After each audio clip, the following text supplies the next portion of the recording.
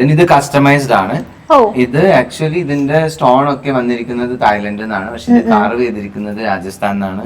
ഇതിന്റെ ഓർഡർ ചെയ്തത് ബാംഗ്ലൂരിൽ പോയിട്ട് ഷോറൂം വിസിറ്റ് ചെയ്ത് നമ്മുടെ ഒരു ഫോട്ടോ കാണിച്ചു കൊടുത്തിട്ട് കുറേ കണ്ടു. ആ കാണിച്ചു കൊടുത്ത ഫോട്ടോ എക്സാക്ട്ലി കൊത്തിയെടുത്തിട്ടുണ്ട്. അതിനേക്കാളും ബെറ്ററായി. എനിക്ക് ഭയങ്കര ഒരു ആഗ്രഹമായിരുന്നു, ബുദ്ധൻ ഇങ്ങനെ വേണം, ചിരിക്കുന്ന ബുദ്ധൻ വേണം, അങ്ങനെയൊക്കെ പ്രത്യേകത ഉണ്ട് കേട്ടോ. ഓരോ ബുദ്ധന്റെ പ്രതിമക്കും ഒരു 100+ ഫേസസ് ഉണ്ട് ബുദ്ധന്റെ ഷേപ്പിനൊക്കെ. ഇത് ഏകദേശം ഒരു 510 kg വെയിറ്റ് ഉണ്ട്. ആൾക്കാർക്ക് പൊന്തിക്കാനില്ല. ഇത് ക്രെയിന് വെച്ചിട്ടാണ് നമ്മള് ഇതിന്റെ ഉള്ളിലേക്ക് കയറ്റിയത്. ഇത് വരാൻ കുറച്ച് ഡിലേ ആയതുകൊണ്ടാണ് നമ്മുടെ വീടും കുറച്ചൊന്ന് ഡിലേ ആയി. കാരണം ഇത് ഗ്ലാസ് ഇടാൻ പറ്റൂല, ക്രെയിൻ ഉള്ളിൽ കയറണ്ടേ. അപ്പൊ അതുകൊണ്ട് ഇതൊക്കെ വന്നതിന് ശേഷം ഗ്ലാസ് ഇട്ടത്. ഇത് സിംഗിൾ സ്റ്റോൺ ആണ്. അങ്ങനെ കുറെ പ്രത്യേകതകളുണ്ട്.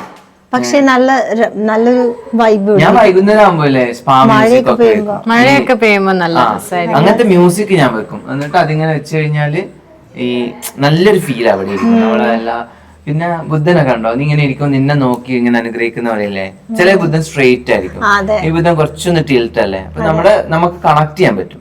നേരെ പോയി അങ്ങോട്ട് പോയില്ലേ. അപ്പം അങ്ങനെയൊക്കെ കുറെ അധികം സ്പെഷ്യാലിറ്റി ഇതിനുണ്ട്.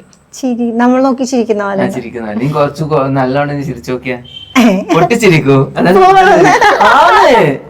ഫേസ് മാറും, അതറിയില്ല. നീ ഒന്ന് ചിരിച്ചു. എത്ര രൂപയായി?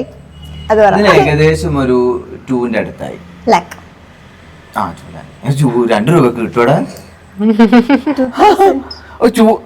2000 ഇതിന്റെ പ്ലാസ്റ്റിക് കിട്ടൂല, ഇത്ര എണ്ണുള്ളത്. പിന്നെ 2 lakh above ആണ്. 2 ലക്ഷത്തിന് മേലെ വിലയുള്ള ബുദ്ധനാണ് മീറ്റ്മേരിയുടെ വീട്ടിലിരിക്കുന്നത്.